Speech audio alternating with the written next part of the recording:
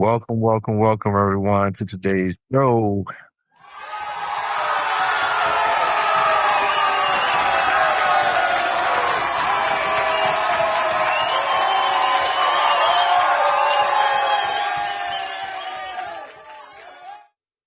Today we have our co-host.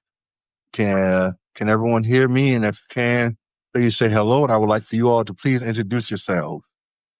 Good evening, everybody. This is Savannah.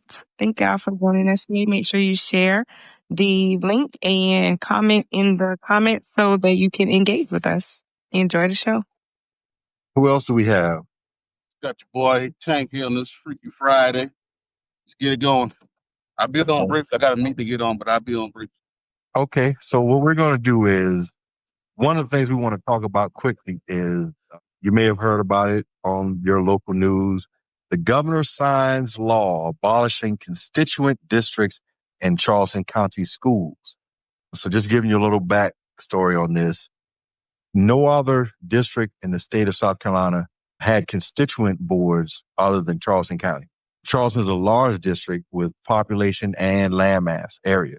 So for several years, the constituent districts, if you're kind of familiar with Charleston, you have like rural southern Charleston, which is the Hollywood area, which is adjacent to Colleton County, touches in Jacksonville. You have somewhat rural where you have the Walmala, Johns Island constituent district. You have the West Ashley area, downtown Charleston, North Charleston, and the McClellanville, Mount Pleasant area, which is still Charleston County. And in each of those areas, they had a constituent school board. There were 8 constituent districts, and the board system handled discipline hearings, student transfers, and zoning, right? But a lot of administrators have been complaining that the board members make it hard for them to do their jobs, is what, they say in a nutshell. And I want to know, like, just how do you all feel about that? Do you think that the constituent districts need to remain empowered, or do you think that because when they remove those constituent boards, now all decisions are made with the consolidated school board, right? So if a student is recommended for expulsions now, it goes to a district level hearing officer. The hearing officer will review the case. And in some districts, this hearing officer is an administrator, a former principal. They may have been an assistant principal that was moved into that role, but they are an administrator. Other districts hire attorneys who kind of specialize in school law to serve as a hearing officer. And that person will determine if the student is expelled, if they're sent to an alternative school, if they're sent, they have like a homebound option, online learning, whatever it is, it will now be decided by the hearing officer versus your local constituent school board members. Now, the principals are saying it's hard for me to do my job because if I want to suspend or expel a student and his auntie, grandma, or somebody's on the school board, they're not going to expel them. They're going to send the student right back. And it makes it hard because what do I do when another student does it and then you expel that person? They don't have a family member on the board. So that's the gist of what took place. And the governor signed the law that those constituent districts are now banned. So, Tavana, Tank, I want to know, Tank, give me your feedback on that one, man. Truthfully, I'm a person of fairness. So if Charleston County is the only county that has that, I I might as well get on board, do all of them the same. I don't really see a problem with it.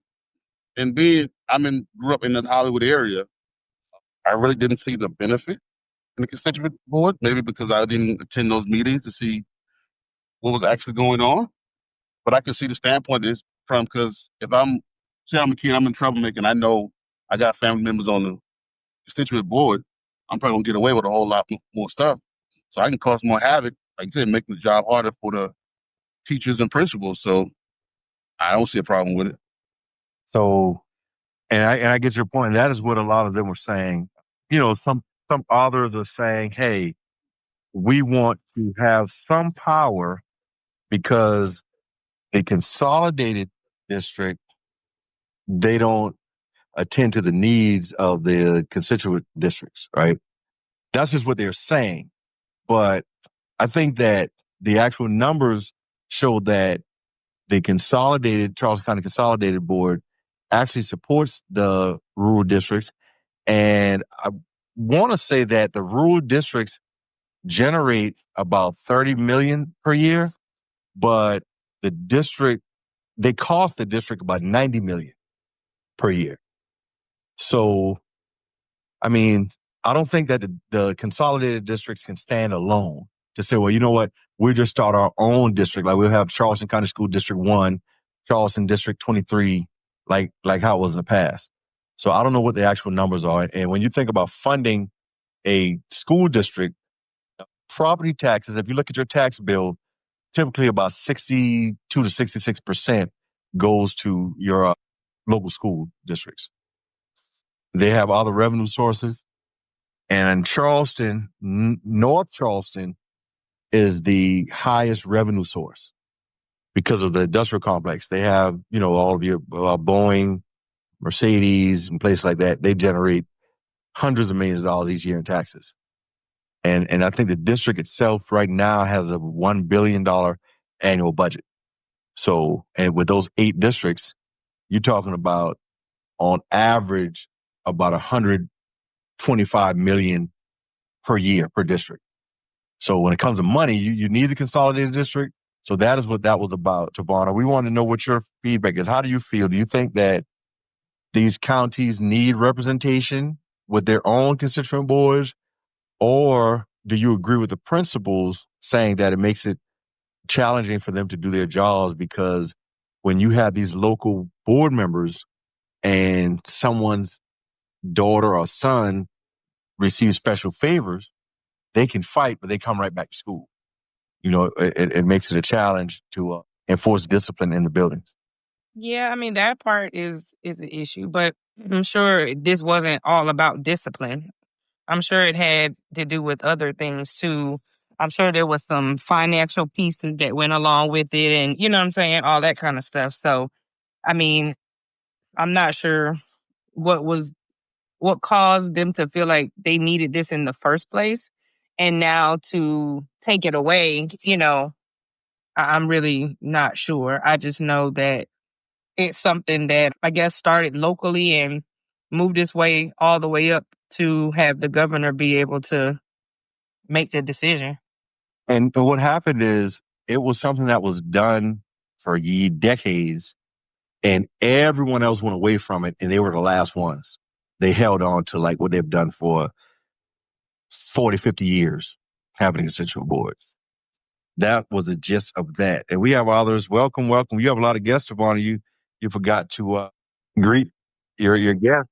Let's see, we got Omid and Katisha, Nadar, and Franca.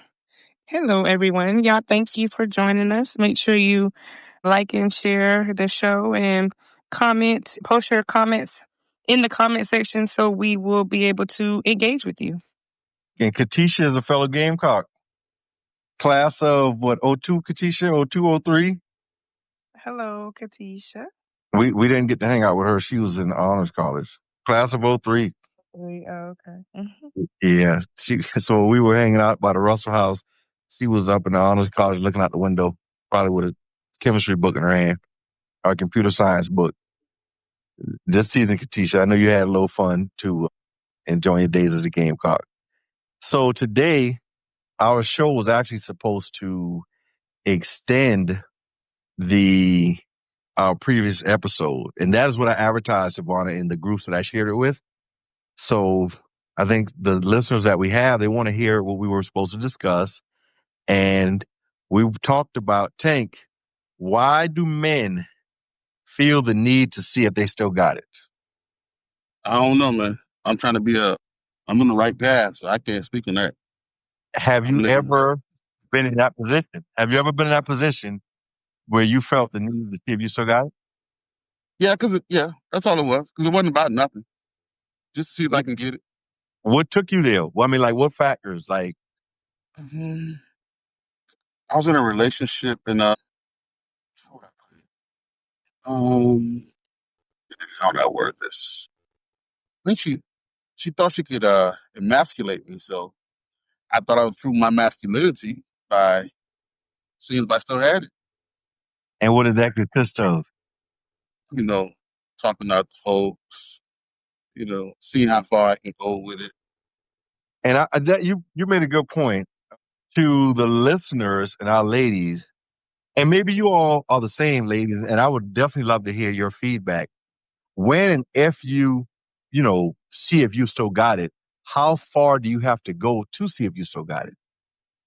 And for men, I think that a lot of men are satisfied with just getting a number, being entertained or being allowed to entertain a woman. That satisfies this need to see if I still got it, you know, because it could be like so sporadic. I might say, hey, Tank, man, I'll be in Charleston this weekend. Let's go out and grab a bite to eat. And seeing if I still got it is a group of women at another table, and we just go over and introduce ourselves. Mm, Super easy for women though. Like all we Oh gotta do yeah, is walk out the front door. So we don't it's not nothing we have to try to do. So that's real. you know what I'm saying? Like we gonna know that at the gas station, we gonna know that at the grocery store, we gonna know that dropping our kids off at school, we gonna know that walking to a the doctor's barber appointment, shop. we gonna know that. I mean, it don't even matter. It don't matter. So it's not hard for a woman to know if she still got it. So I have a question for you and the listeners as well. I mean, this is an extension to a previous episode. And this is what's frustrating, in my opinion, to a lot of men. Nobody's like women are different. We all unique, right? And some women are like, oh, that's disgusting. I hate that throw. But other women don't complain about it. So why do women get angry with men who do things that have worked with other women? Give me an example you're talking about. Like one woman said on another episode that, oh, she hates when she goes into a barber shop and men stare and drool at her like she's a piece of steak, right? Other women, they laugh about it, and some of them were like, that's their little ego boost whenever they feel down or like, hey, you know what? Let me go by the car wash and act like I don't know how to vacuum my car. Or let me take my son or nephew to the barber shop and walk him inside just to get the guys talking to him? Well, and I think it's what your standard is, right? Because the standards are going to be different per woman, right? Mhm. So I think that if you are a woman who prefers not to be approached in a certain way, being approached in that way is going to not go well. Yeah, you know what I'm saying? Mhm. Then if you are a woman that does not mind that, then it's fine. It makes it a little difficult, I will admit. I can only imagine the confusion or you know what I'm saying, whatever it brings to men because it's like, well, dang, that worked the last 9 times, and now this 10th time I done got cussed out. Like, you see what I'm saying? So, but I don't think some guys really look at it as where it should be a case by case. You kind of maybe need to feel it out, read the room a little bit. You know what I'm saying? And not just think that everything is going to work on everybody.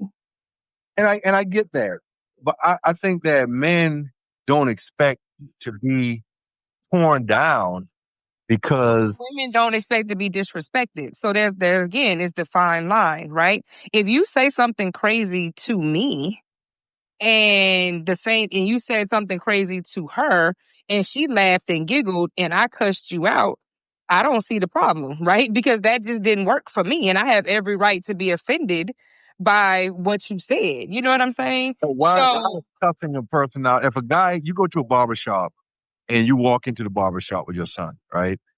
Guys in the barbershop. You know this where the fellas hang out. You walk in and it's what's comfortable to you. You know, times have changed. There was a time where tights were considered too revealing. That's like something you wear at the gym. Now that's what everybody wears. They're comfortable with it. You walk in and guys are, hey, how you doing, miss? And is that disrespectful? Here's where for me, and I can only speak for me.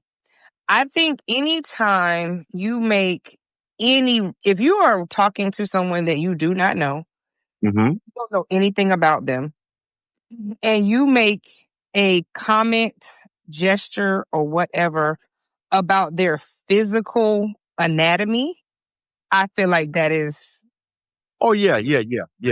like Yeah. you that should, and that's just my opinion. But some guys don't think there's anything wrong with that. They think they should be able to make a reference to a woman's body or her. You know what I'm saying? Like, because saying, "Oh, you're really beautiful," is very different than, "Damn, look at your."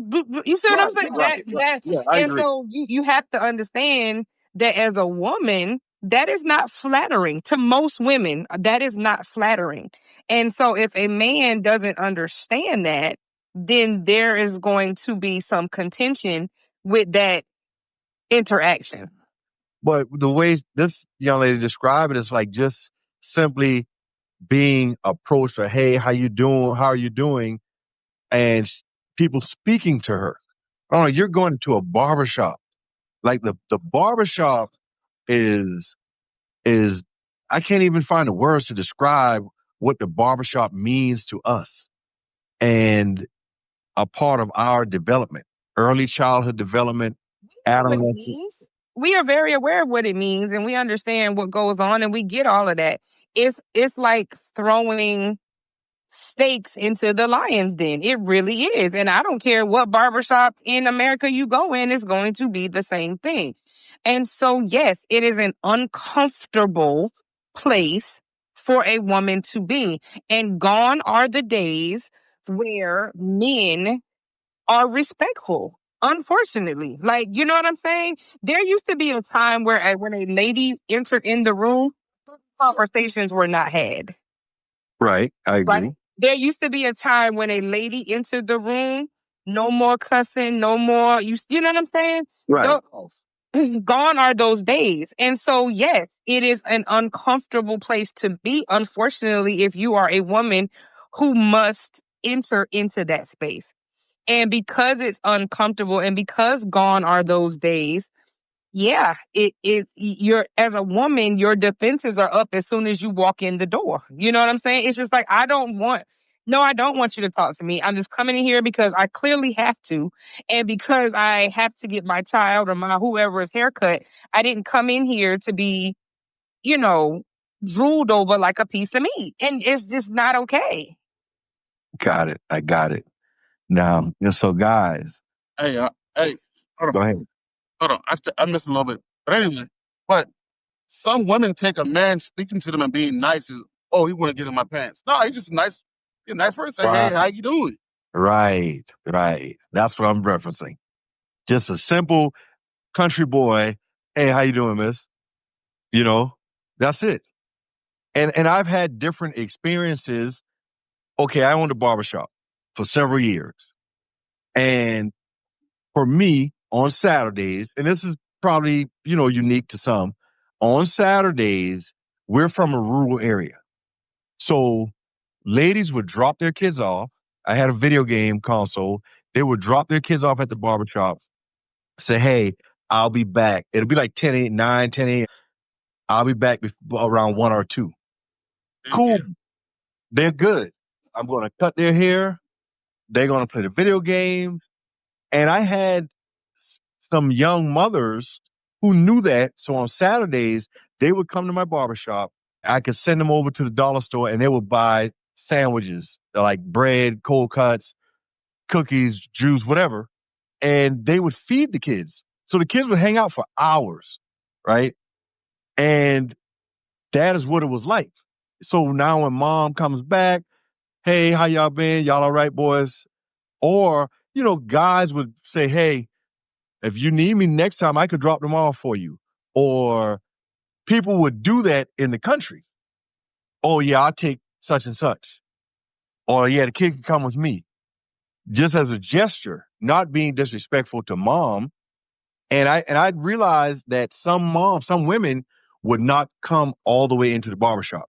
They would open the door and stick their head in and talk without walking in. And that's when I realized that, wow, some women really feel uncomfortable entering a barbershop. Most women. Most women. I saw that and I thought back on it. And I remember when my mom would take my brother and I, she would do the same. She would kind of crack the door. My mom was a curvy woman, you know, and she would speak to the barber. And if she recognized someone or they knew her, she would, say hello, but she'd drop us off and he would say a time to come back and get us or we'll walk across somebody's house, whatever. And I just wondered what that was like to you all. And like you said, just showing up in public, you all know if you still got it, because men will speak. And for us, I guess we feel awkward too walking into a salon. Well, most women don't want guys walking into a salon anyway, because they're not at their best. They're under dry or they got rollers in. But I want to hear from the other guys, our panelists. How do you all feel about, hey, Deborah, Hey, everyone. welcome, welcome. We are extending, from the previous episode. Okay, Katisha was saying yes, Tavana, yes. And I'm sorry I'm late. I want to know, Katisha, if you can, please type it in and tell us what is it that you were agreeing to on this? Did you feel uncomfortable entering a barbershop, or what part of it were you agreeing with? Just for a little clarity. And I want to share from a male's perspective, right? Times where I remember years ago, I went through a breakup and I was like, oh man, like, like, I mean, was I not, what is it? It's me, right? And this is somebody that I was with, I dated. I really liked the person. So it was hard for me to see them as a bad person. So I felt like the breakup was my fault or I wasn't enough. I wasn't good enough, exciting enough, whatever. It had to be me. And that's how I internalized it. And I felt the need to see if I could still approach women. But I ended up approaching multiple women. My desire wasn't to sleep with them, it was just to see how far I could go. If I could ask them out on dates, if I could, just invite them to come and hang out with me and doing different things. So that is the space I was in when I was seeing if I still got it. And how do women feel about that? Like men seeing that they still got it, not approaching you to see if they still got it. But if it's a man that you're dealing with, that you're in a relationship with, how do you feel about that with him, seeing if he still got it? Is that disrespectful or is that expected? Yeah, I think it's if he still got me, he still got it. So he better not be out there trying to see if he still got it nowhere else. I mean, I don't have a problem with it personally because at the end of the day, the way I feel about it is, you can't stop nobody from doing anything they want to do anyway, right? So if you feel the need to seek validation, because that's what it is, some sort of external validation for your mental health, for your physical appearance, for your whatever, then I mean, fine. I would want that to be a conversation though. I would want to know, like, oh, okay, you went to the store today and two of the cashiers hit on you, or you know what I'm saying? Whatever, or you know what I mean? Whatever it is, or however got that validation. I think that it should be something that we can discuss. You know what I'm saying? So, and if there is some reassurance issues that are needed, you know what I'm saying? It all really, I think, depends on what the reasoning is behind feeling like that's what you want to do. I want to know, Damon, or any of one of our male listeners, have you ever been in a position where you wanted to see if you still had it? And if so, what did you do to see if you still had it? I haven't. I can't say I experienced that. But you're like Tavana. You just always know you had it. You know when you walk in the door, it's about you. Not necessarily, but I see the little, you know, little flirtatiousness. I can tell if somebody is interested or trying to get my attention. See, I'm the only person. Some people can like I'm real bad about that. I have like my radar is usually off. Like I don't even be, you know what I'm saying, thinking about that. And then once I realize it, it's like, oh wow, like you know what I'm saying. And so unless it's just real blatant, you know. But But I've had training, like almost formal training in recognizing traps. We talked about this a little bit last week, right?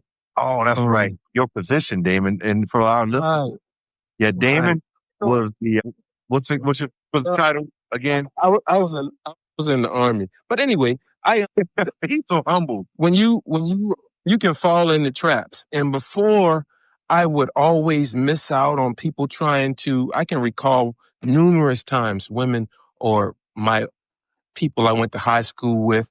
I used to flirt with you hard, and you always ignored me. I mean, I didn't I didn't know what to look for.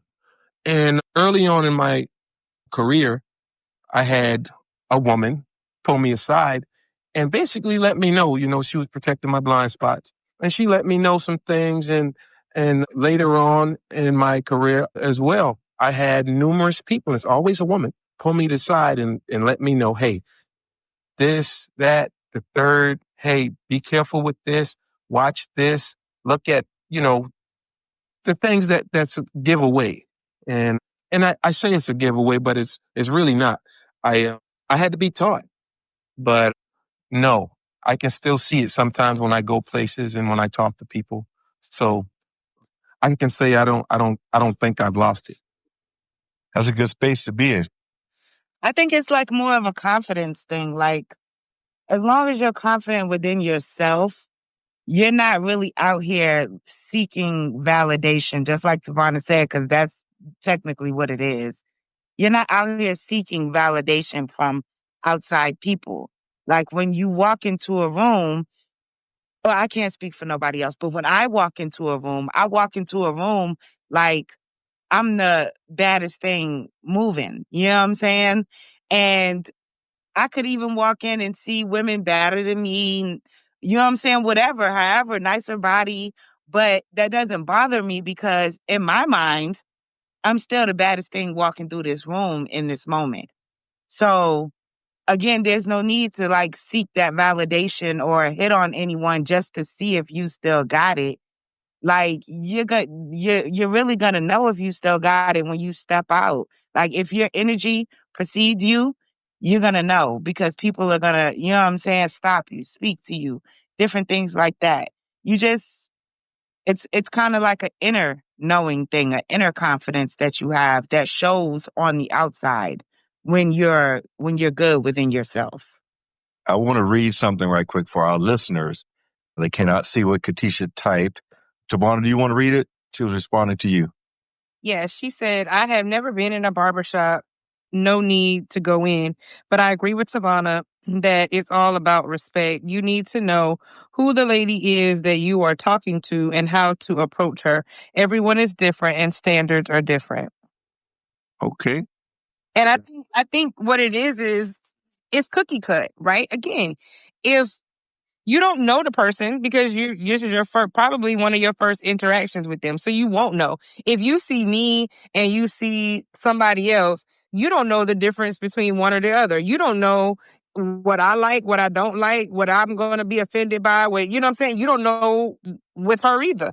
So therefore, I think what most men do is just cookie cut it. It's like if this is your normal way to approach a woman, Mm-hmm. you're gonna use that on all women. And it's Right. it's like a numbers game. It's like, hey, I'm gonna win some, I'm gonna lose some, no problem, no big deal. If she didn't react the right way that I was like, next, like it's not a big deal. No, no. For me, If with you my approach a picture first woman, cut, if you approach a woman using the same game and it don't work, you wonder what you did that didn't work, Mm-hmm. and you try to make adjustments. I Yes. mean, of course, it depends on the person, but I don't think that's. I mean, I think a smart man, I agree, would do that. But I think on average, that's not how it's You working. both are correct. You both are, Probably, yeah, you, probably you not. did. That is my approach.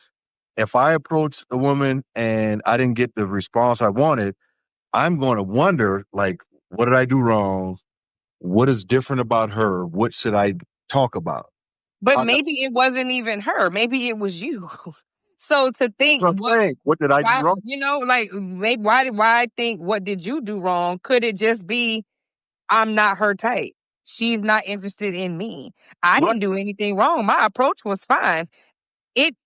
She just don't want me. Like maybe she don't even like tall, brown skinned guys. Like maybe she prefers short, stumpy, light skin. Right. Like you see what I'm saying? So That it's that not that all never about goes through a man's mind. well, and so therein lies the issue, right? Because to not to think that it's not you is strange. Because to think that there must be some sort of something you could have possibly done better because oh, she should have responded XYZ and not turn the mirror around and say, well, you know what? Maybe I just wasn't her type. That's a little strange.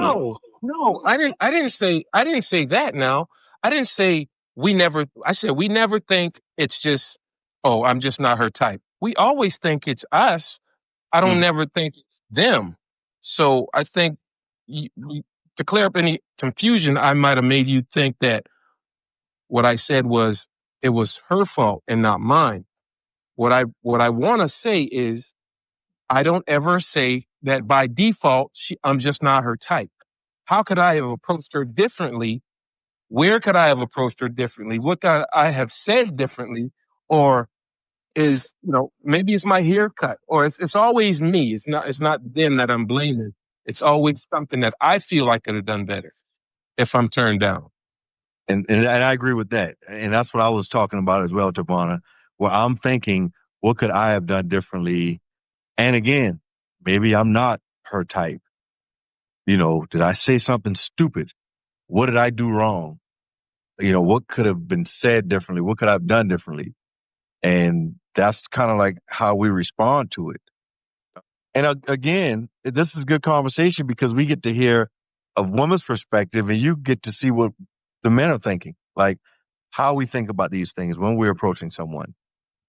Now, what was funny to me, and maybe some of you have experienced, going through a divorce, and I want to know the difference between a man being divorced and a woman being divorced.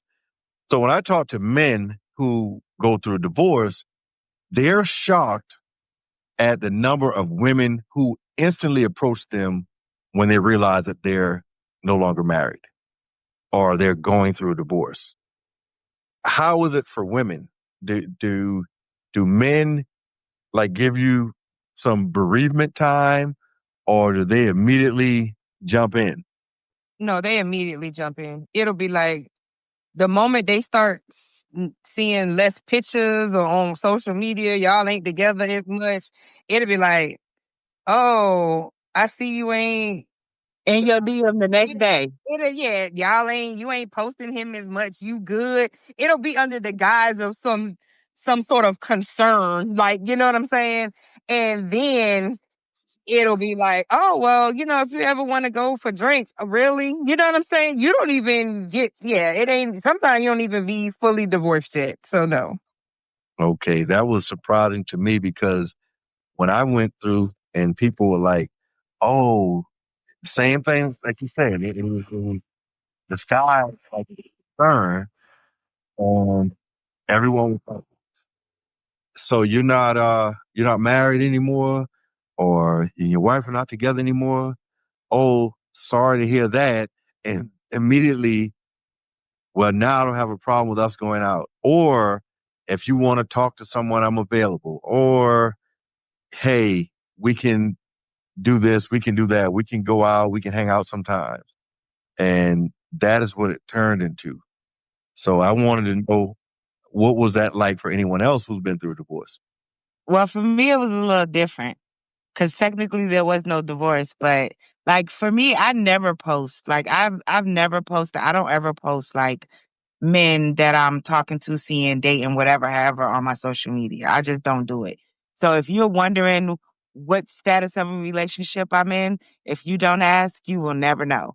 But I did, like, when I attempted to get married, you know, I did post a couple of those wedding photos on my social media.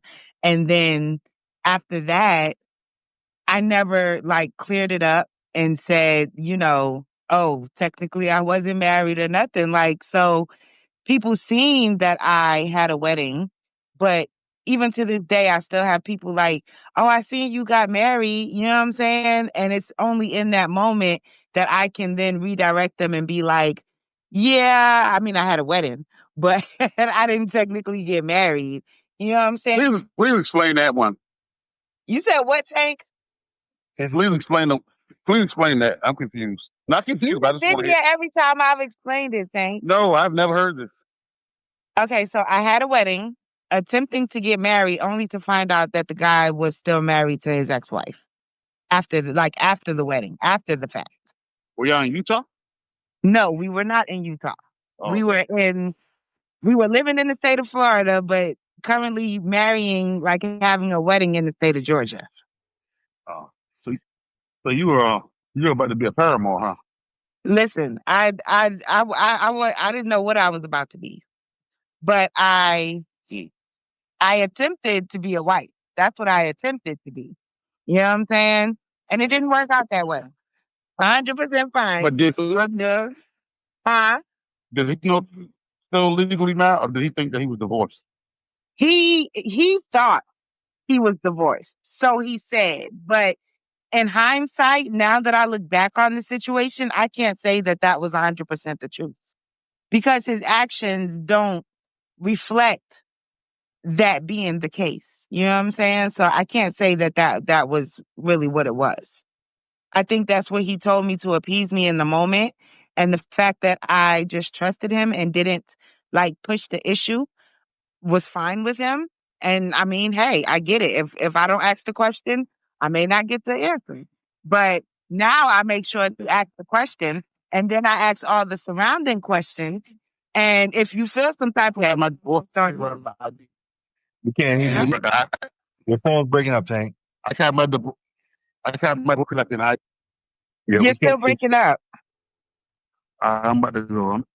Yeah, we'll get when you finally come back in. But just to continue our conversation and welcome London, Arizu, Joe, all of our new listeners. Welcome, welcome, welcome. And we want to get some feedback from you all. We definitely want to know how you all feel about the situation. And what we're discussing today is the need to, you got too much background, Tank. You got too much background on it, Tank. Hold on. Shit, I know. Hold on. All right. We wanted to talk about the, men and the need to see if they still got it. And how do women feel about that? Is that disrespectful? And Tavana was saying something earlier that she would like to know, like, it can be a conversation. It could be a conversation if you went out to the store, you know, this young girl flirted with me today, or this lady told me I was handsome, something like that.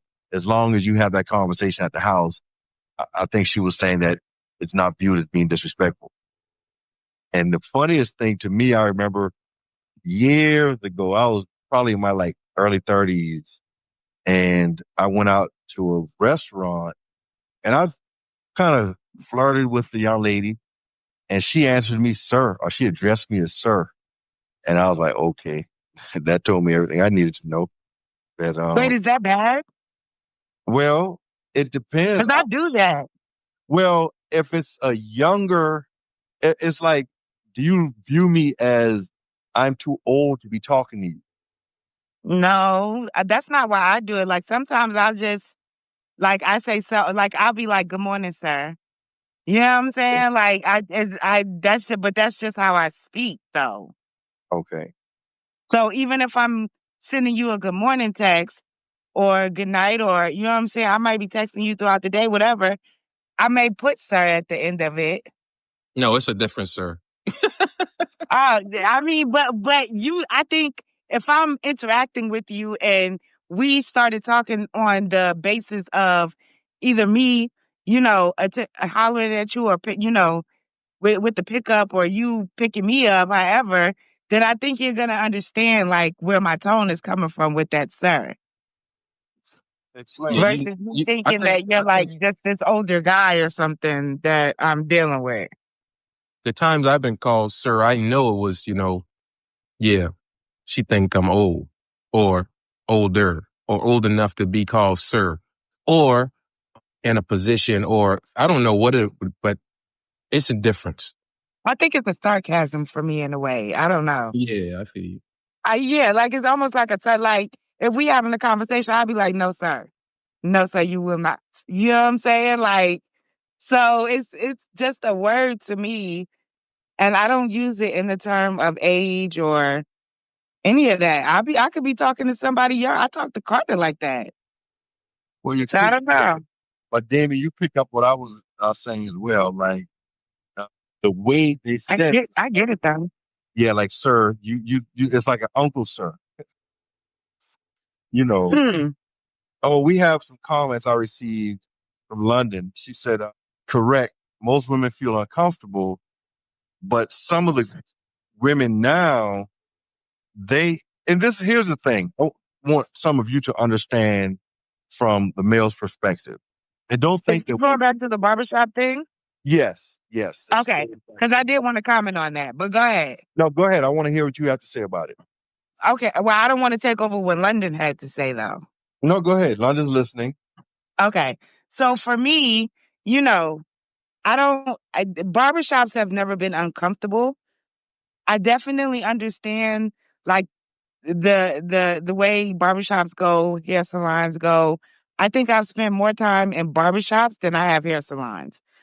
And maybe that's because I have a male dominated family and there's just like women sprinkled throughout, mainly just the mothers. And so for me, I was always comfortable. Like even now with my short haircut, I get a shape up. You know, I take my son to get a haircut. I'll sit in the barbershop. I'll join the conversations that's being had. You know, nothing less the same way we do on this podcast. It's a way to, hear men's perspectives and also be able to give them a different perspective. But I don't think I've ever been in a setting where they were just being like, rude and disrespectful in the barbershop during a conversation to where I felt uncomfortable. I've never experienced that because a lot of times when there's women in the building, they won't really speak maybe in the manner that they may when there are no women in the building. So I'm okay walking into a barbershop, sitting down, joining the conversation, and giving a woman's perspective on whatever is being talked about. So if a guy says, hey, how you doing, miss? How you Uh, doing, sir? God, Lisa, she's fine. Thank you. Okay. See? Like there's no need for me to feel a type of way or get an attitude. For me, it's that simple. You get what I'm saying?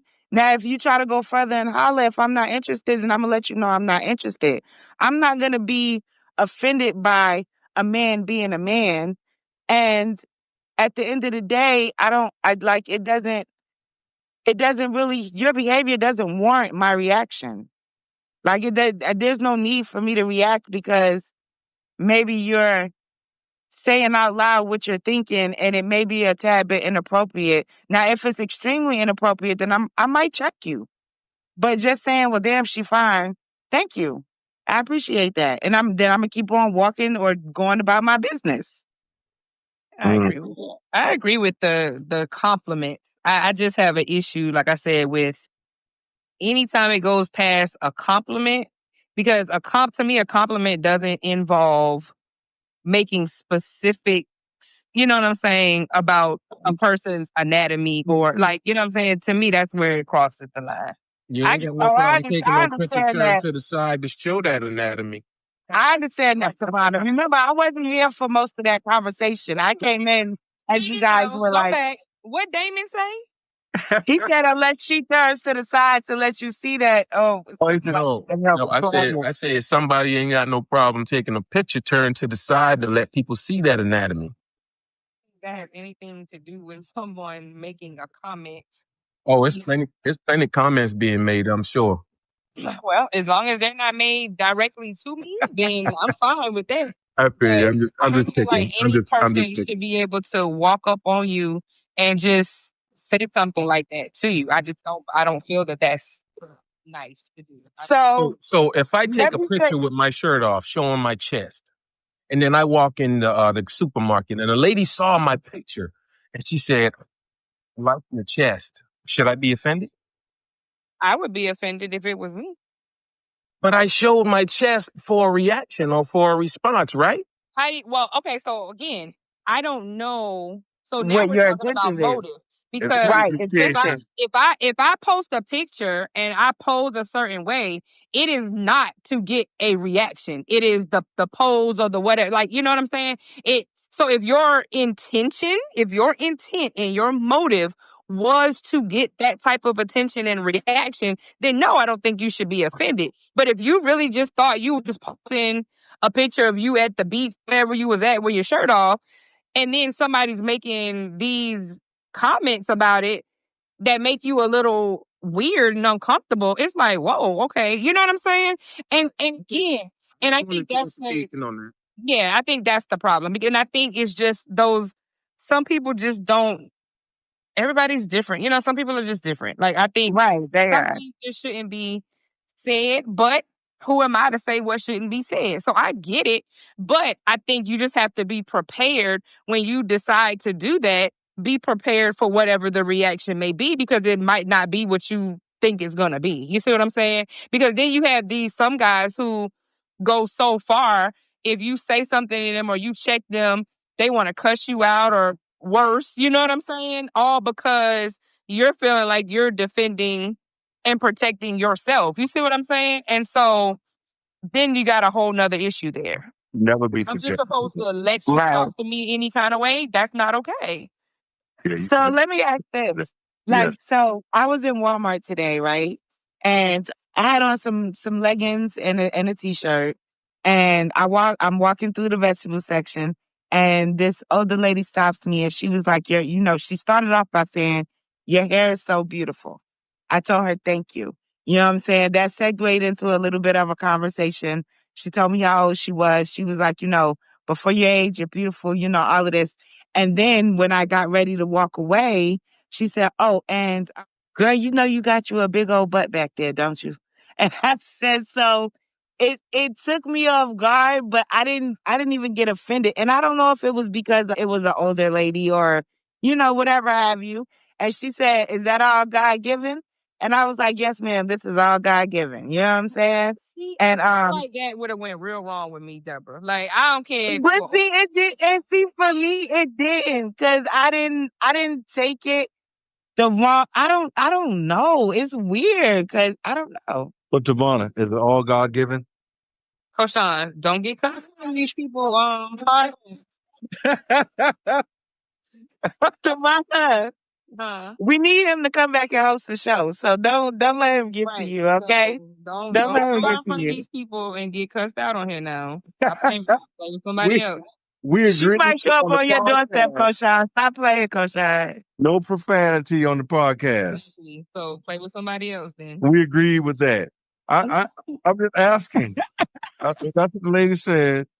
And no, to, But I just seriously though, I didn't take offense to it. My personal opinion is unless you know the person, strangers should not, I don't care who they are, should not make any comments about a person's anatomy. Like, you know what I'm saying? Like, and I ain't talking, I'm like butt, breasts, prints, like all that's we ain't talking about that. Like, you know what I'm saying? Like if you tell somebody, oh, your eyes are pretty, that's one thing.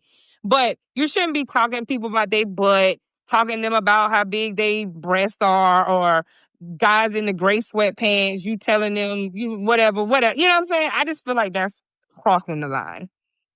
Hmm. I think for me is I don't know. It's always been like I don't know. I never thought about it. And don't go off of me because this has been trigger for me since I was in like the 5th grade. So that's probably why I don't take kindly, Okay. right? Okay. Because again, it's been something that has always been constant, and I just have never felt like it was okay. You know what I'm saying? Because it's like I don't understand why that has to be the focus, or even if it is the focus, how you even fix your mouth to come out and just make a comment like that. You don't even know me. You know what I'm saying? So Right. it's just weird. So I think, Savannah, I think it's more of a thing for me where I learned to tune out the noise. You know what I'm saying? That's what I call it. Because there's been 1,000 times that I'm somewhere, and whether it's a woman, a man, you know what I'm saying? A lot of the times it's probably more women than men. But I get it both ways, older, younger. It don't matter. Like, you know what I'm saying? They'll comment on like the shape of my body, or you know what I'm saying, as I'm walking by I hear the damn, all right, you know what I'm saying, I hear you, like I hear it all, but I Do it just in passing. I rather just Do it in passing. I'll hear it. I can hear it. right, I rather just ignore it and let it be. Face and say it, we got a problem. So you might want to do it in passing, but don't directly approach me and say no mess like that. It's not okay. Yeah, like I like it's different when you stop me, but even for the old lady in Walmart, like I, you know what I'm saying? Like I know what God gave you. I can look at it, I can see it, I know it. I know people react to it. Inappropriate. I probably would have told her that was inappropriate. I probably would have. I mean, and for me, I just looked at it like, hey, if that's what you see, thank you for the compliment. I don't know. I guess like I don't want to give negative energy unless I feel negative energy is warranted. I didn't feel that with her. I didn't, you know what I'm saying? I didn't feel like I needed to step into any type of protective mode. It wasn't to me it wasn't disrespectful. I didn't look at it that way. I mean, I get where you coming from though, Tabarna, especially if it's something that triggers you from something that may be in your past. I definitely understand that. But I just got to a point where I get it, like I hear the comments so much, I get the reaction so much that I just tune out the noise. And I just act like I don't even see people or hear people. And that's sad that as women, a lot of us have to do that. You know what I'm saying? Right. Because again, I just really do think that long gone are the days where there was respect. Long gone are the days where, you know what I'm saying? There were just certain things you didn't do. The approaches were different. You know what I'm saying? And now yeah. And I just don't think that, unfortunately, women are just not held in that high of regard anymore. And it's unfortunate. You know what I'm saying? And so even as a woman who is not a certain type of woman, you know what I'm saying? You kind of just get caught up in the crossfire of it. You know what I'm saying? And so because again, it's been allowed so many times that a lot of men just feel like, oh, this is cool to do and then when you run up on a woman where it's not cool to do, she's the problem, right? And it's like, oh, she got to be this, she got to be that, because she did not respond to what your normal woman would respond. Yeah, Well, unfortunately, sometimes you got to be the villain in somebody's story. So, you're oh not well. you're not the majority anymore. Right. And that's the problem. Correct. Nice, wholesome women are not the majority anymore. Right. Yes. Yes. And I mean, when you have, social media has not made it any easier. You know what I'm saying? When you can't scroll through social media without feeling like it's a Playboy magazine. Like, you know what I'm saying? Because that's all you see. It's like women with all this stuff hanging out. You know what I'm saying? And And so, now they done added AI, which makes it even worse. right. And so, yeah, it's hard. It's hard to have to navigate through that when you don't fit into that box. I think a guy would date himself if he went up and actually tried to speak, and we would Wait, say communicate that on again? IG. Say that again? I didn't catch that. I said, I think a man would date himself by approaching a woman and actually speaking. and not just saying, hey, can I get your IG? And we'll communicate that way. Correct. Isn't that weird? Because that's like the go-to now. Like you meet somebody and they seem nice, and then instead of asking for your phone number, it's like, oh, you got Instagram? What, sir? Huh? For me, that's an immediate no. First of all, you're immediately getting shut down because no, you cannot have my no. Yeah, it's a no. Like It- no, it's a no for me. that's weird. But you're absolutely right. And let me tell you, so I have gone, I've gone out like with my homegirl or whatever, and we'll go to, a spot that has like an after work social or whatever. And the dudes, like if you on the, you just go on the dance floor because a song comes on that like, but you just not trying to dance with anybody. You just two-stepping, you know what I'm saying? And a dude just will like walk up on you or walk up behind you and start there. Whoa, partner, like what are we doing here? Slide on off. That's what I do. I just slide on off. Me too. But I have gone to places where there are more seasoned men, like the VFW, and you're sitting there in your chair sipping your drink, a song comes on, and they are like, would you like to dance? You see what I'm saying? And there's a difference. And so, yes, because I think it's just how the culture has progressed. You know what I'm saying? So just go And ahead and tell us you like older men. I don't like older men, sir. Mind your mouth on here. Okay. They just gotta have some tact and some grace and Right. some Well, and because and for respect. me, I just think that respect is never lost. You know what I'm saying? And it's something that should be there. And I am kind of more old school traditional when it comes to stuff like that. Like you can't talk to me any kind of way. It, I expect to be courted. You know what I'm saying? That kind of stuff. So yeah, it's just kind of weird. Can y'all put all that stuff on a shirt? Because it ties back to what I said earlier. I get it that you all are unique and you're dynamic. But why do some women get upset when a man who does not know them does not know them? Like you agree, you're meeting me for the first time. We don't know each other. I'm trying to get to know you. Why get offended?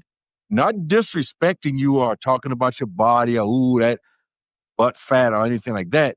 Just trying to converse with you and not knowing what you like and don't like. Why do some women get upset about that with men? And one other thing that I wanted to address, there's a recent, I don't even call it a trend because I've only seen it a few times, where women have openly shared men in their DMs just to get a reaction from other women. And it turns into an amen corner. And I can't believe he disrespected you. I can't believe he said that. I can't believe. But my question is, how did he get your information? Or, you're editing this dialogue and showing pieces of it. And also, you don't have that reaction for all men. One guy said to a woman, I can help you with that.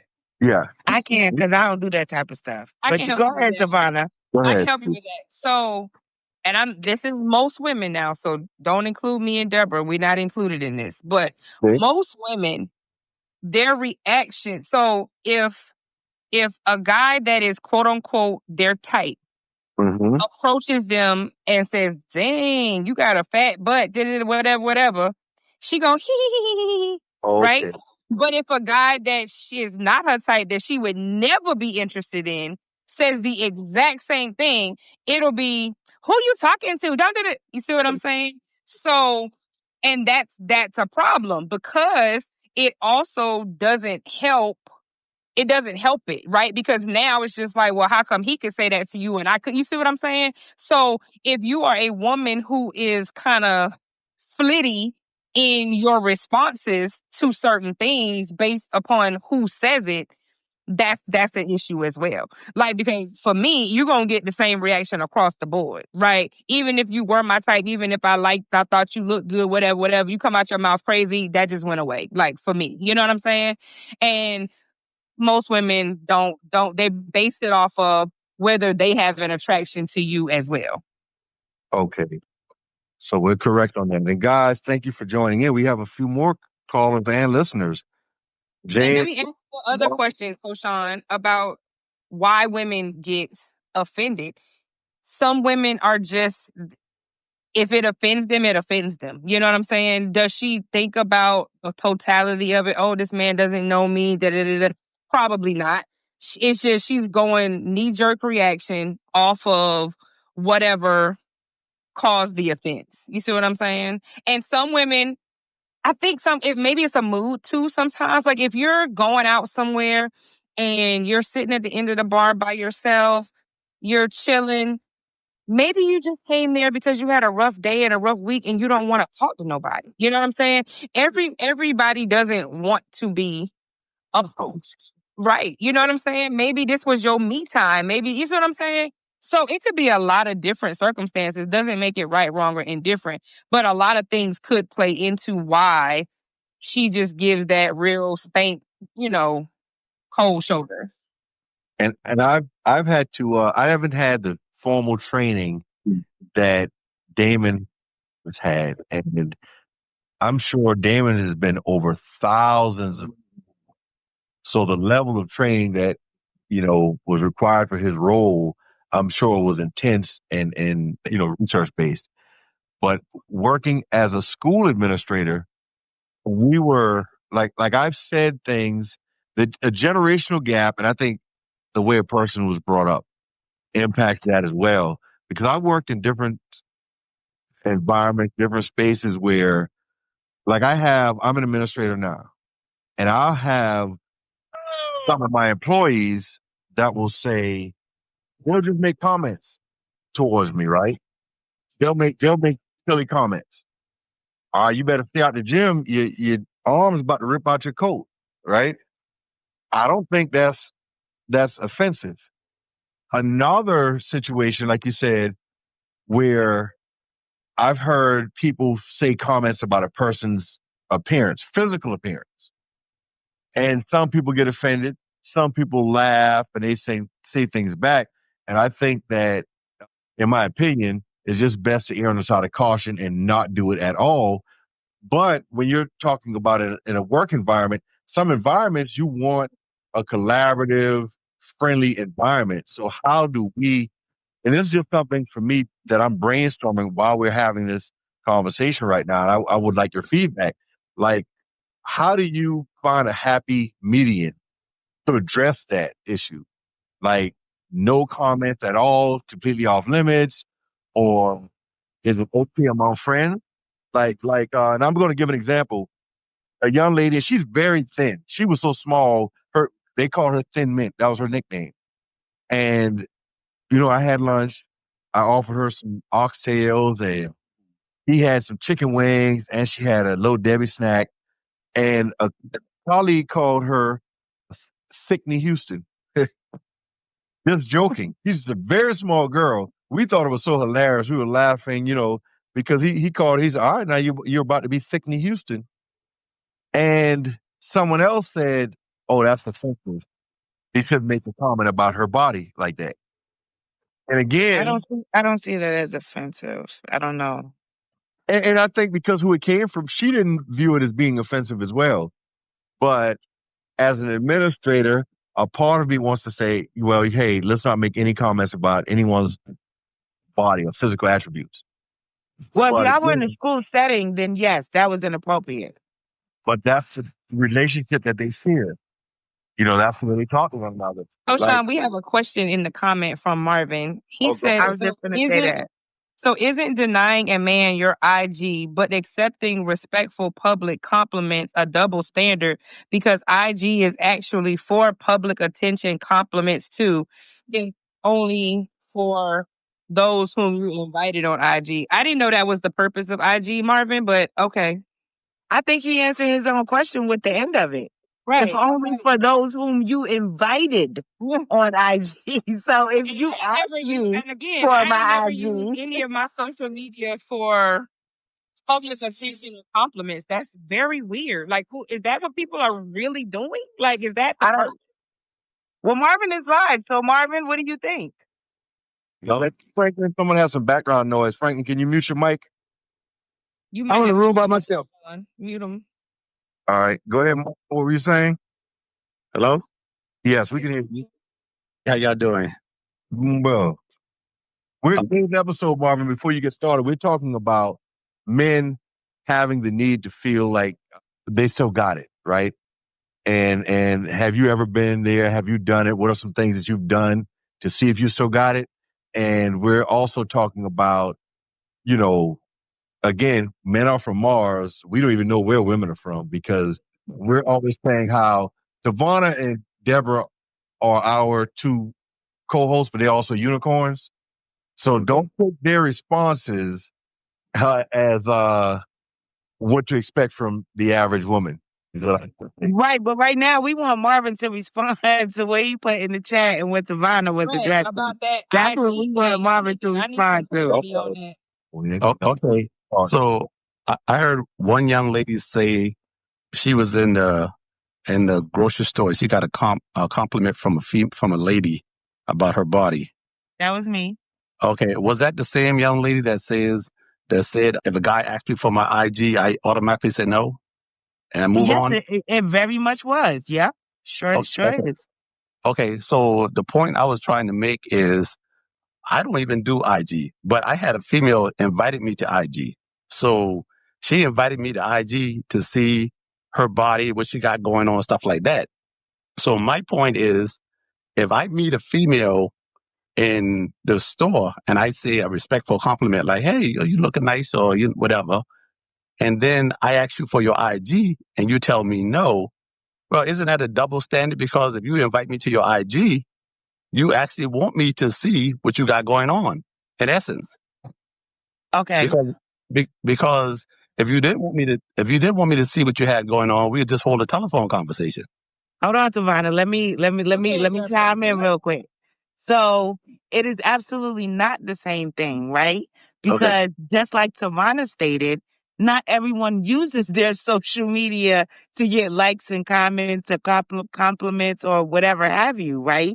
Mm-hmm. So you seeing me in the store, had you been the one that approached me and gave me a compliment, oh, you look nice today, whatever, thank you. That's what I would have given you back. But there is absolutely no way I'm going to then turn around and invite you to my Instagram so that you're already seeing me in person. Why do I need to give you my Instagram to see me in any other form, way, shape, anything? You're seeing me in my raw state right here in front of you. Why do you need my Instagram? What if it's two different people? What if one guy saw you in the store? It's not two different people. You're getting me standing in front of you. No, understand So what I'm whatever saying. you're gonna see on social media, it really like if I'm posting stuff for the world to see, I mean I wouldn't do that. Like whatever you see in person is what you're gonna see on social media for me, right? But like what would be the point of me inviting you to my Instagram if you're right here in front of me and I can have a physical conversation with you? I'm more interested in the physical conversation that I can have with you versus seeing what you're posting for the world to see. I really don't care what you're posting for the world to see. We do. Yeah, we actually do. Because that's why we on there. Because if we wasn't interested in what you're trying to advertise to the world, we'd just hold that telephone conversation or that text message conversation. Right. It's an advertisement. That's what I don't understand. Right. Because I don't. I'm gonna tell you right now, I'm probably like the biggest troll on social media. So if you're trying to figure out who I am on social off of my social media, you about to have a whole world of not knowing because Right. it is a totally like who I am in real life and who I am on social media is two totally different people. It's about the giggles and the kikis on social media for me. Half of it, 100%. right? You're not every woman. Exactly. I'm not. And that's what I was about to say. What about the masses? Let's talk about the masses, Well, I not can't individuals. Well, we can't speak for the damn man. No, I was just asking, like, if you got a young lady that says, "Hey, I like public compliments if it's respectful," and then you got a young lady that says, "I'll invite somebody to my Instagram," or "I won't invite somebody to my Instagram." So isn't that like a double standard? If she's saying I only have like 200 and something people on Instagram and Facebook, so I can't call it. And Me, neither one of I'm my the same. pages, So neither one of my pages are public. They are tight like Fort Knox. You can't even hardly search me on on social media.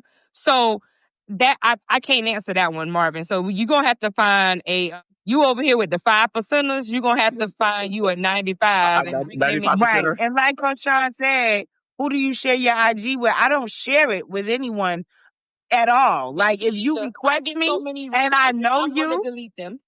right? If you request me and I know you and your family or friend and I can accept you, I will. If you're not and I have no clue who you are and your page is also private, you are getting deleted. I don't like it's just that simple.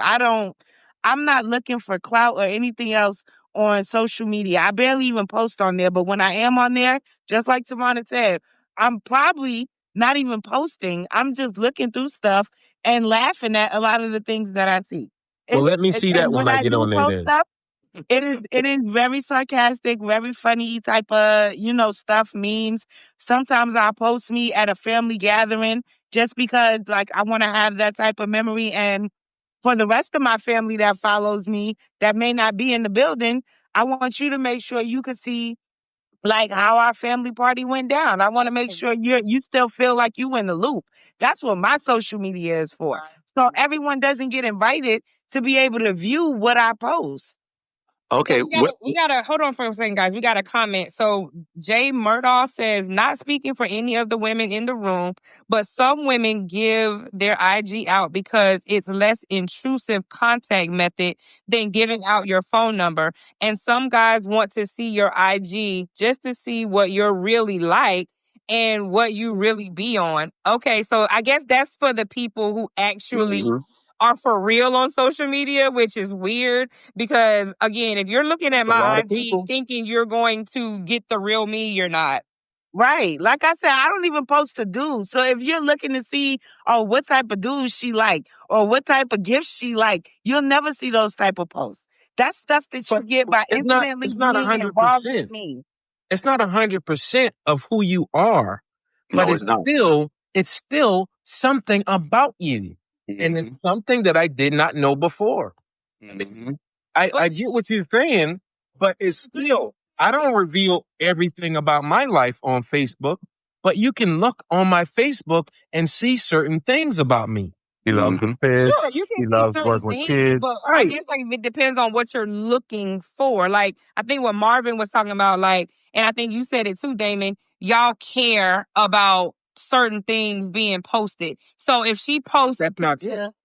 if she posts a picture of her at the beach with her friends, and you feel like that was too much skin or something, I guess that would be your way to determine whether that's a deal breaker or something. No, that's a very pessimistic point of view. I mean, I don't know because I'm trying to make it make sense in my brain because it does. That's not what it is. Okay. Ultimately, we want to get to know you. Mm-hmm. Ultimately, we want to get But to you know can't you. do that through social media. Listen, Well, not it tells a lot. 100%. Not It tells a lot. 100%, but it's still a tool that I can use to find out something about you. I think it would be a tool to start a conversation. That's what I think. Because again, if you're going off of strictly what is posted and you take it at face value, then you might be wrong, right? No, but listen to this. I think he means the Listen to this. evidence things. Okay, Like I hold can up. tell you have kids. I can tell you go to church. I see that you graduated from college. Like things like that. I You see know you about like a them. particular football team or Right. something like that. You know, it's a little bit of intel. It's intel that lets you know I might present you with a gift.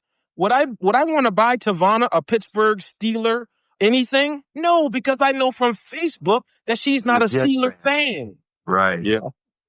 I can understand it if that's your intention behind it, right? Get that part, I right. get that. But that's total. That's not. It's not 100% Okay, trying to hold on, find hold out on, y'all. everything Hold on, about y'all. you. Let Go me. ahead, James. This is. Go ahead, Go Jay ahead. Murdoch. Go ahead, Murdoch. Hold on, y'all. Let me offer a little clarity on my statement here. So, Okay. what I was trying to get across is that you see a person like you look at their Instagram or you look at their Facebook or whatever social media. you get a taste of what that person's like. If you see that this person is posting that they're at brunch drinking mimosas every Sunday, like, okay, now you know what they're on. You know, okay, I could get a little bit of this person's personality. Like, she's a party girl, or this is a church girl, or this. Mm-hmm.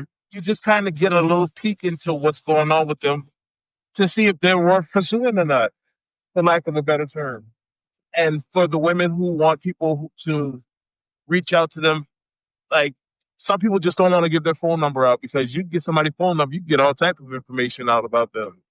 So giving someone your IG, that's a less intrusive way of, okay, I kind of want to see what this dude's about. I want to talk to him, but I don't want to give my personal information out. So I think that's, like, I can't speak for the women in the room, because it seems like the women in the room are a little more traditional in the way they move, but Mm-hmm. you're very much the minority now. Look at the women that the majority of us are talking about. Y'all aren't in that group. This is ironic, James. Everything that you just said, Katisha just typed, listeners. He said, I just asked the younger population, my daughter, she said, women have multiple Instagram accounts and give out their spam accounts to guys.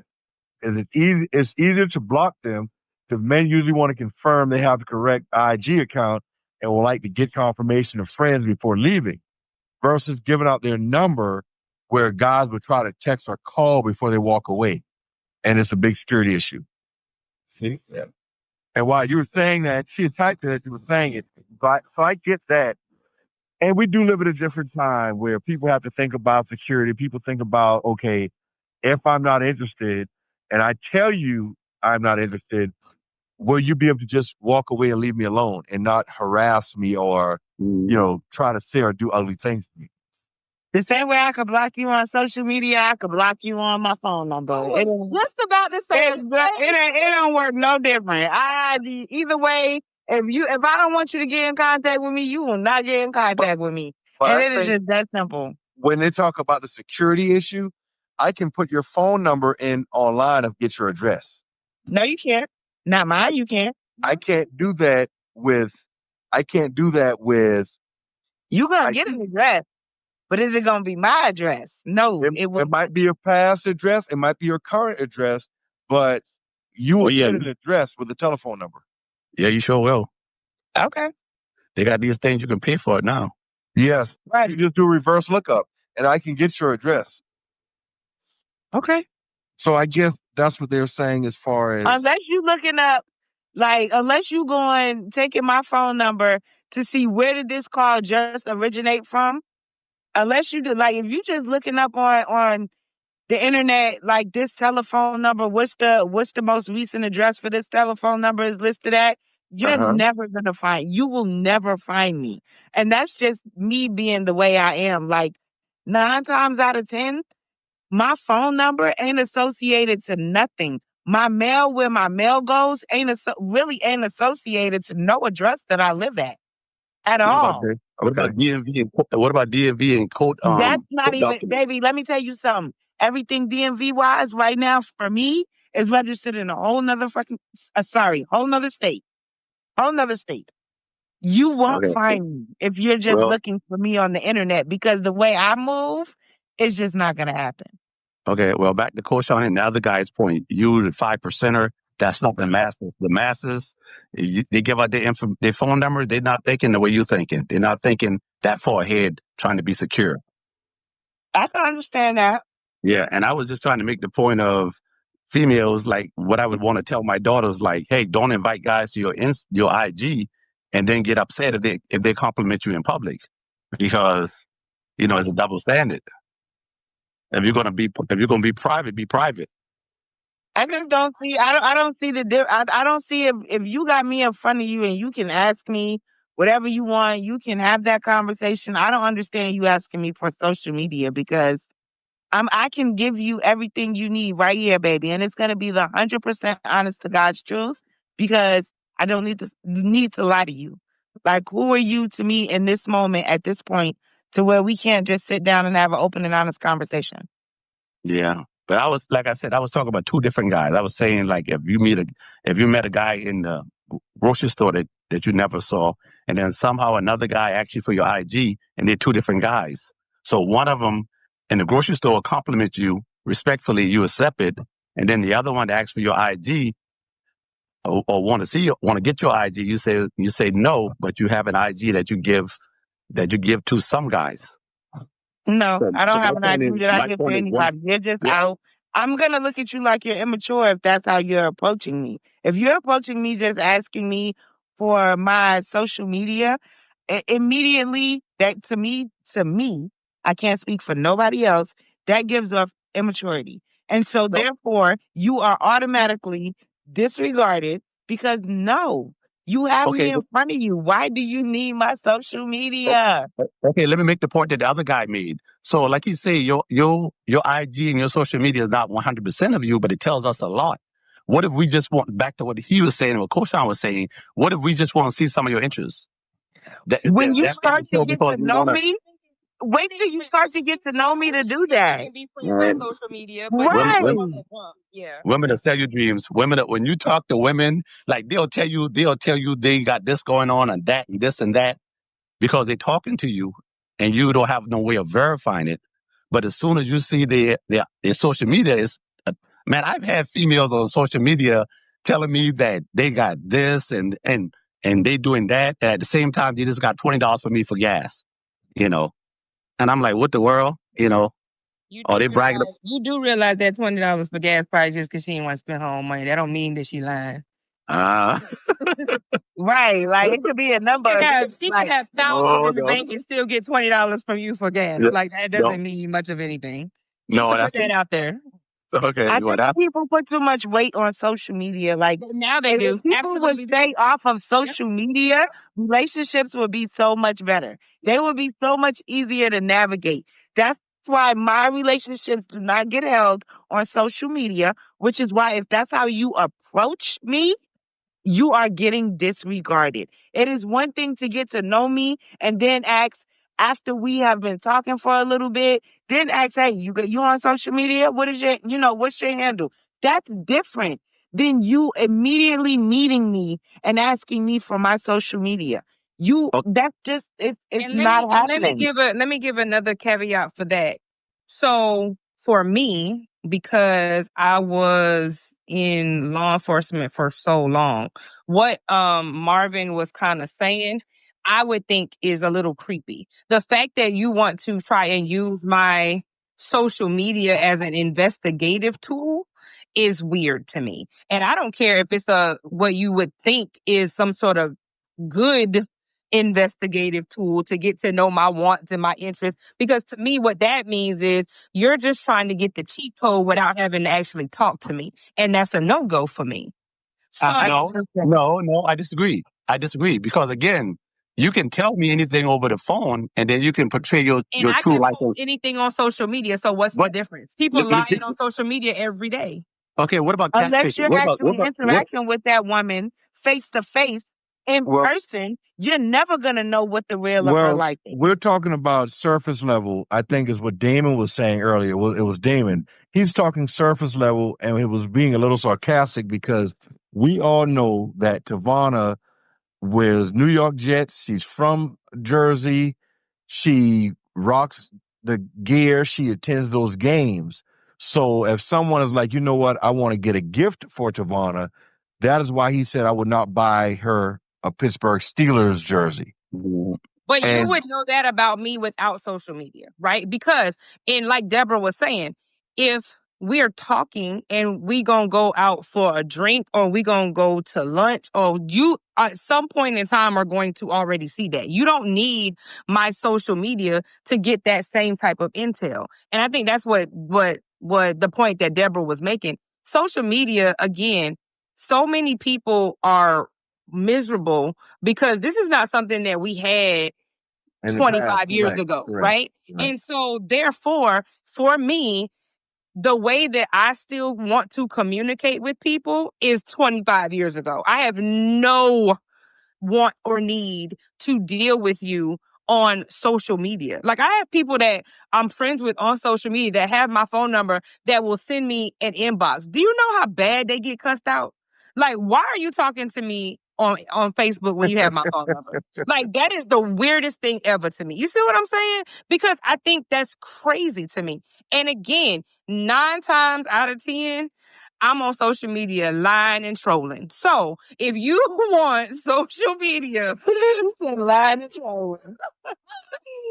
It is because it's about the shits and giggles for me. Like, seriously, I mean, I can't even. I mean, it really, really is. Now, do I post some stuff? Sure. 100%. Yeah, I post some stuff every now and then. You know what I'm saying? But some of the memes and stuff, people be like, "Oh my God, I can't believe."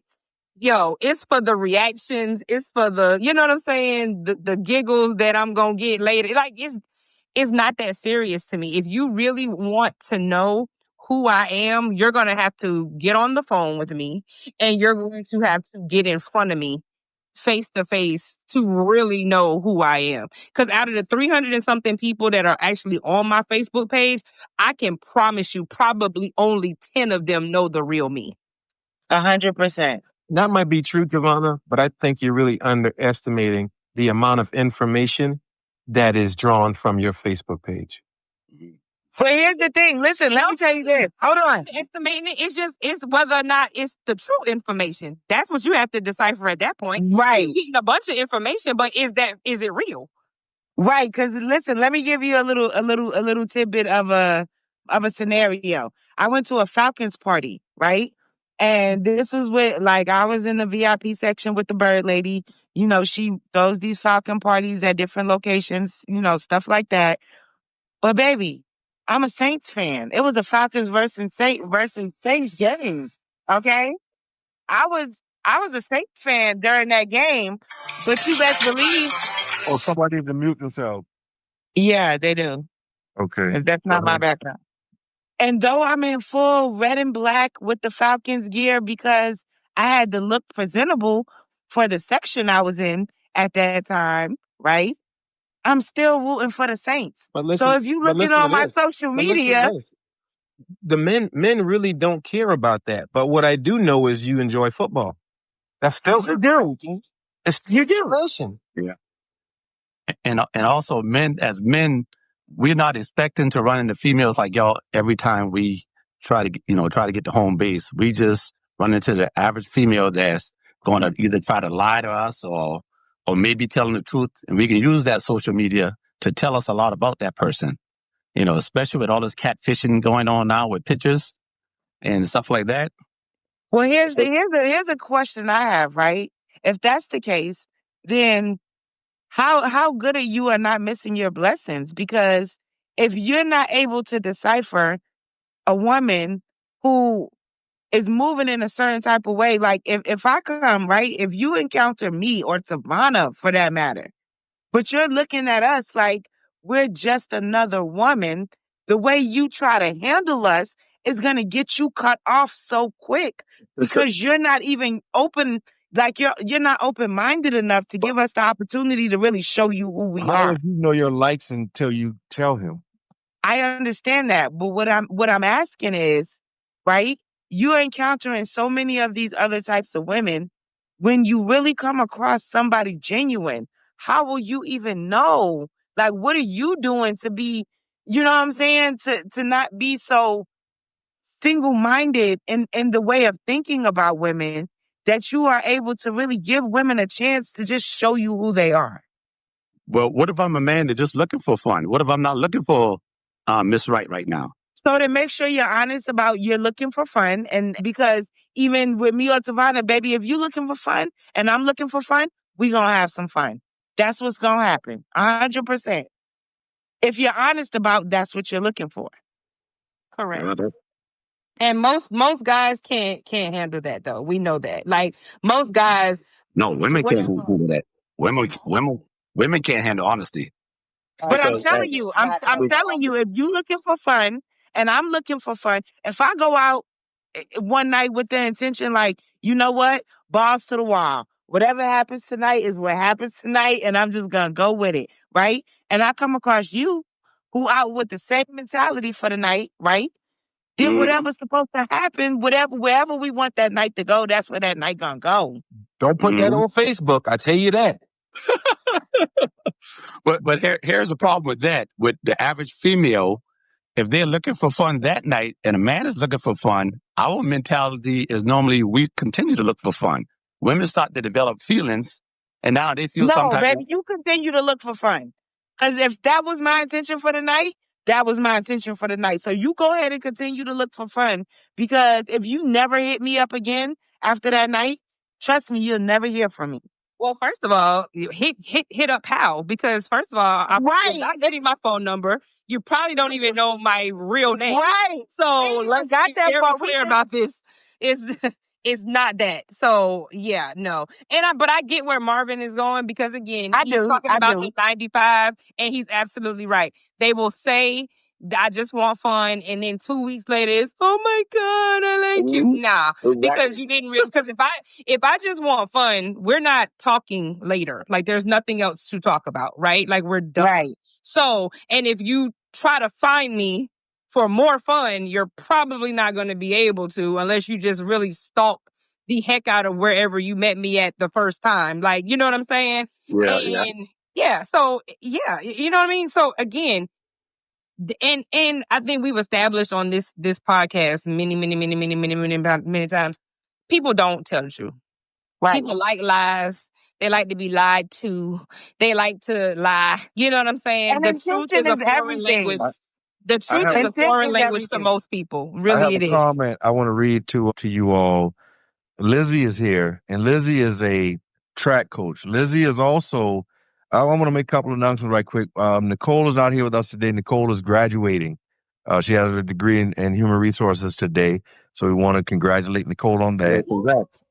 Yeah. Congrats, Nicole. Yes, Liz is an SEC athlete. Unfortunately, she went to Georgia.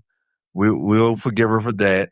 She was a track star, and she is now a coach pouring into her kids. And this ties into her comment ties into our topic. Liz said, "I tell my athletes to post according to how you want to be perceived," which is important. Of course, she's dealing with young women, and we can talk about how everyone was in an uproar this past weekend about Shador Sanders Hmm. and how we Wait, what feel happened? I about don't know what Shador happened. Sanders. So Deion Sanders' son, and this is my opinion. Deion has been saying this part is true. What he had been saying is his son is a number one draft pick. His son is a lottery pick, and the lottery is your first 3 to 5 players. They get Mm-hmm. 40 million plus. Guys after that get into the 20s. After the top 10, it just decreases the lower you go, right? Well, when the draft came, his son was not drafted until the 5th round. And scouts are saying, the things that turn them off about him. And what, again, my opinion, he is the quarterback. He is the leader of a team. The ball touches his hand on every play more than anyone else. So I feel like he's going to be held to a higher standard. And if you do not demonstrate the leadership ability and the personality and mindset of a leader, I think that owners reserve the right to not invest $40 million into you. We can bring you in if we don't draft you until round 5. We can bring you in on a 4-year, $4 million deal. Million is nothing to a team that has billions of dollars. So we talk about social media and how you are perceived. I have multiple Facebook accounts. I have a Coach Sean Mitchell account, which is my professional account, and I post on it maybe once or twice a year. My other account is about jokes and posting pictures of my kids and myself for my family. I live 3 hours away from my family. My dad is 81 years old. His brothers are all older than he is. So a lot of my family, the only time they can see me and my kids are through social media. So I use it for that purpose, fishing, weight room, and communicating. So I agree with what ladies are saying when they're like, okay, you don't get everything about me. But I also agree with what the guys are saying when we talk about knowing some things about me. like you can look at my social media and find out enough information about me to kind of at least get a general idea of who I am and what I do for a living. You know, I mean, some people, they get it wrong. They're like, oh man, I thought you drove trucks. No, I owned a few trucks, but I was in the trucking business. But, I wasn't a driver, but I can understand why they would assume that. But I think what Lizzie said, this is just my opinion. I have a huge issue when you start getting into perceptions, right?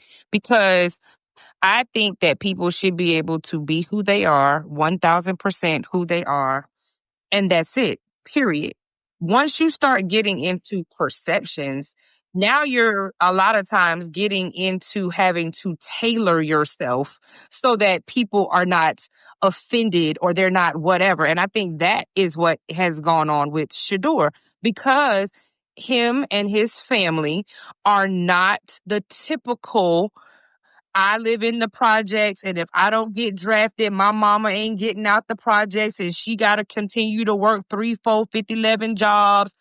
That's not the narrative. That's the narrative they are used to. So now you have a well-off man who is very confident in himself, has a father who is very present and not going to let you railroad him, and that is a problem. Now you are perceived as cocky. Now you are perceived as arrogant. You see what I'm saying? But plenty of proof of non-black families doing the exact same thing, and they were being good parents. They were being, you see what I'm saying? So no. I think you really have to toe the line when you get into that perception thing, because He's if not as you are, good as his dad is saying he is, was my point.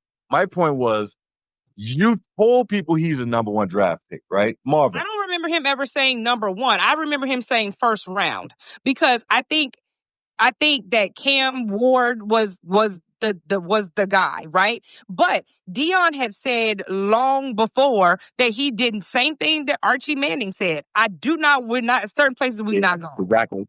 Right? Exactly. So my thing is, but see, again, it's almost like anybody else that is African American, that has some status, that has some clout, that has a voice, we gonna silence you. We gonna put you in your place. We gonna let you know that you don't run this. You see what I'm saying? We've seen it happen. He doesn't run it.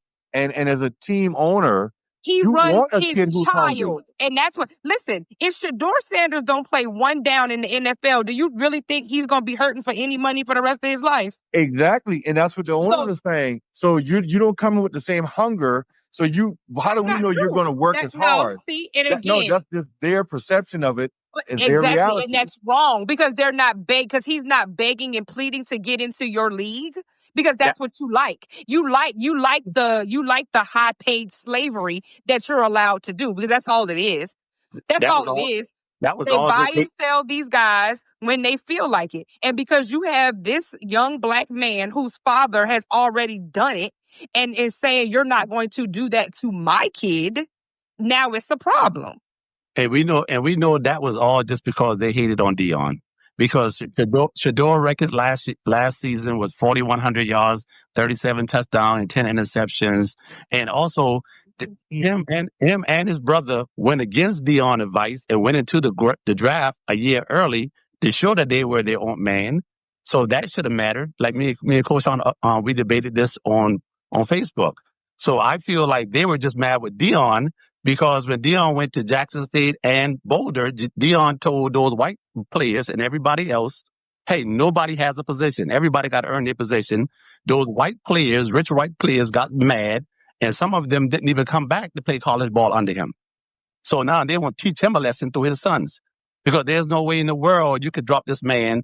They put 7 other draft picks ahead of him that were all, the only one that was close to him was Cam.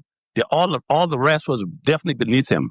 Well, and I think it just came out sometime maybe today or yesterday. Boomer Esiason confirmed that they were told to take him off the boards. So my thing is, again, and this is just how the country we live in works, right? Anytime you are a person of color who they think has gotten too big for their britches, they are going to find a way to Put you in your put you line. in your Put you in place. line. And Yep. that's it. And there's That's what, nothing more, nothing less, because that's what this was. That and they we use it. And watched they, it.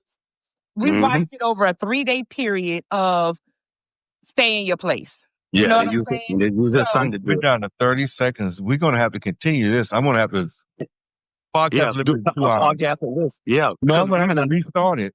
because they took the son off the board too. They took the son off the board, and he was one. He had to go undrafted till he But signed with yeah, Tampa. but Marvin, he wasn't good. Huh? He wasn't good. The Shadow left USC. He was at Carolina. He left USC. He's been in college about 6 years. He's not very fast. He's not the tallest. He's an average defensive back, and I think he had like 1 interception the whole season. Honestly, look at his stats. Yeah, because he locked the board down after you went under Dion. Remember both of them were He should have playing never really left. well.